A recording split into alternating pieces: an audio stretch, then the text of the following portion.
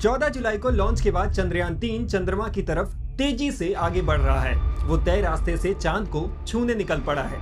इसरो ने एक ट्वीट कर चंद्रयान के मौजूदा लोकेशन के बारे में बताया है। वो फिलहाल अंडाकार ऑर्बिट में पृथ्वी का चक्कर लगा रहा है।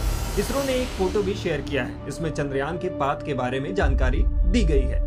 वो अंतरिक्ष में पहुंचने के बाद अलग अलग अंडाकार ऑर्बिट्स में चक्कर लगाने के बाद चांद की ऑर्बिट में पहुंचेगा और फिर चांद के अलग अलग ऑर्बिट्स में चक्कर काटने के बाद चांद पर लैंड करेगा। इसरो ने अपने आधिकारिक ट्विटर हैंडल से ट्वीट कर बताया है कि चंद्रयान सामान्य स्थिति में है। फर्स्ट ऑर्बिट रेंजिंग का काम पूरा हो चुका है। अंतरिक्ष यान अब 41,762 किलोमीटर बाई 173 किलोमीटर कक्षा में है। बता दें कि ऑर्बिट रेंजिंग का मतलब होता है किसी यान का एक से दूसरे ऑर्बिट की तरफ बढ़ना। मतलब चंद्रयान अब पहले वाले ऑर्बिट को पार कर दूसरे ऑर्बिट में अपनी आगे की यात्रा कर रहा है।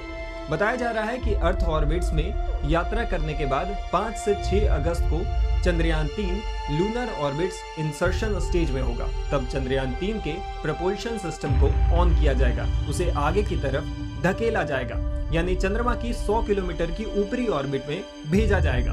17 अगस्त को प्रपोल्शन सिस्टम चंद्रयान 3 के लैंड रोवर से अलग हो जाएगा। प्रोपल्शन मॉड्यूल के अलग होने के बाद लैंडर को चंद्रमा की 100 बाई 30 किलोमीटर की कक्षा में लाया जाएगा।